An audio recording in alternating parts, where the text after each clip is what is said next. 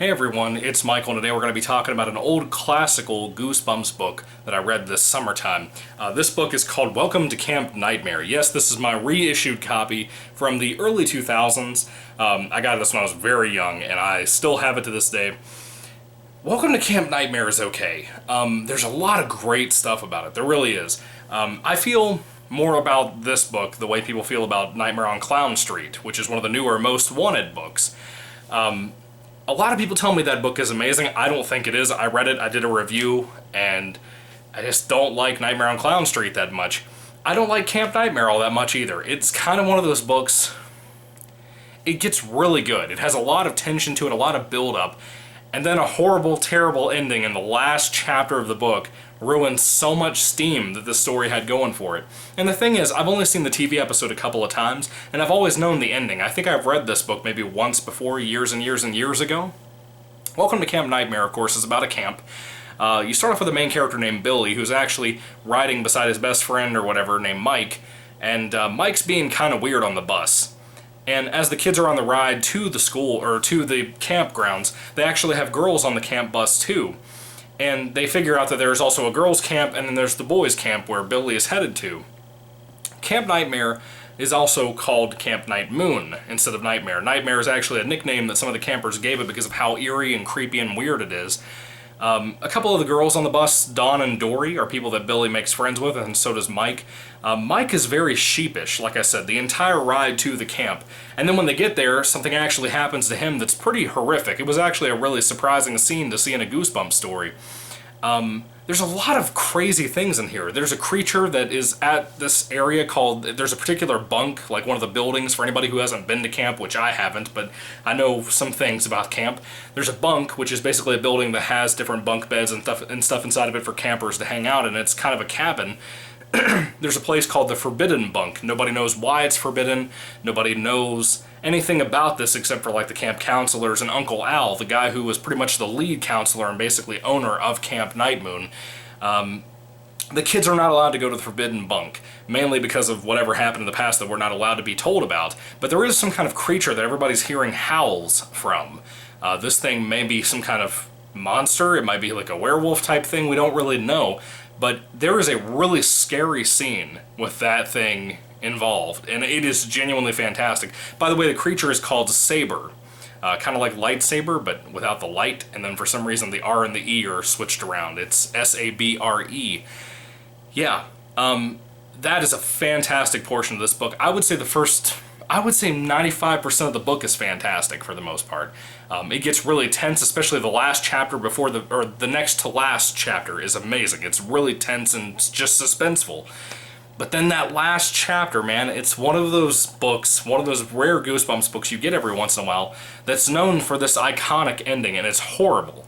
Kind of like Slappy's Nightmare. I won't spoil that book for you, but it's kind of the same thing. That book had such a great, fantastic build-up. It took a little while to get going because it's a slower book, but once Slappy's Nightmare really takes off, the finale is amazing, and then you have one last chapter. It's like 3 pages long, and it ruins the entire build of the entire story. It ruins the entire experience, basically. I personally think if I had went into this book and not known what the ending of Camp Nightmare was going to be, I would have been crushed. It is a terrible, horribly stupid Twilight Zone wannabe type of ending. And I love Twilight Zone. That's not a negative slap at them. I'm just saying, you know, it doesn't fit with this story.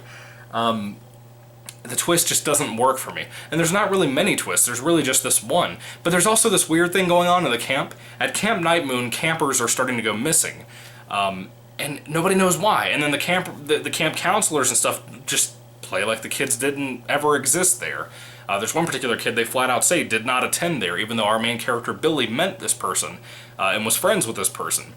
It's really interesting. It's a really fun book, like I said, but honestly, if you just want to leave it up to your imagination, you should just not finish the last chapter and just end the next to last chapter in total suspense and shock, you know, because Welcome to Camp Nightmare is a great book until you get to that last chapter. It's just horrendous.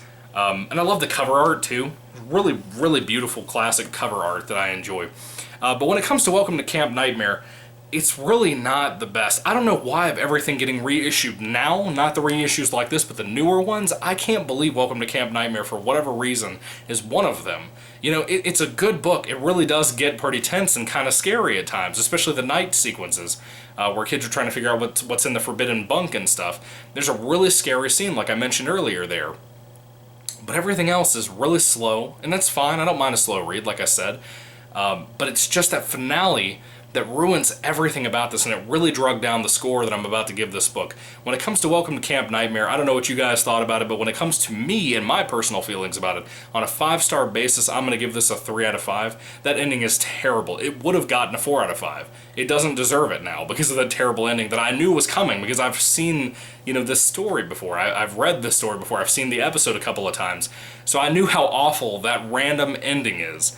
You know, it's such a shame because it's such a good book for the most part. Maybe you want to read it still, maybe you'll still love the rest of the book, but that finale, it's pretty horrendous. If you've read Nightmare on Clown Street, you know what I'm talking about. It gets pretty wild, pretty stupid wild. But anyway, when it comes to Welcome to Camp Nightmare, guys, what do you guys think about it? Put your thoughts and comments down in the comment section down below. I'd love to hear what you guys have to say about Welcome to Camp Nightmare. I don't hear a lot of people talk about this. It seems like it used to be one of the most popular, if not the possible most popular, Goosebumps book for a very long time. And people don't talk about it anymore. That's one of the reasons I'm still surprised why things like this and The Abominable Snowman of Pasadena and Vampire Breath, why those books got reissues for modern day reissues since the newer Goosebumps movies have been coming out. It really surprises me. I don't understand why they're releasing those and this. It seems like a lot of people wouldn't like these as much. There's a lot better Goosebumps books out there in my opinion. But anyway, guys, that's Welcome to Camp Nightmare. Let me know what your thoughts are down below. Thank you for watching, and may the Lord Jesus Christ bless you guys today. Again, I'm still trying to work my way through some summertime Goosebumps books. I'm not reading very fast. I've been kind of running skim on some time to read as much as I want to. I still have things coming in the mail. I got a lot of stuff this week for our haul video, so I'm really excited to do that tomorrow. Hopefully you'll come back to the channel for that. But like I said, right now I'm having a really hard time trying to burn through Goosebumps books for the summertime to try to stay with the theme of summer, you know. So just bear with me. I'm going to try to get out the cool ones. You know, a lot of the stuff I'm going to be reading is classic stuff from the old 62 book run. So maybe you'll enjoy it, maybe you won't. Hopefully you'll still watch though and still have a great time talking about the books with me. Thank you for watching, guys. God bless you, and goodbye.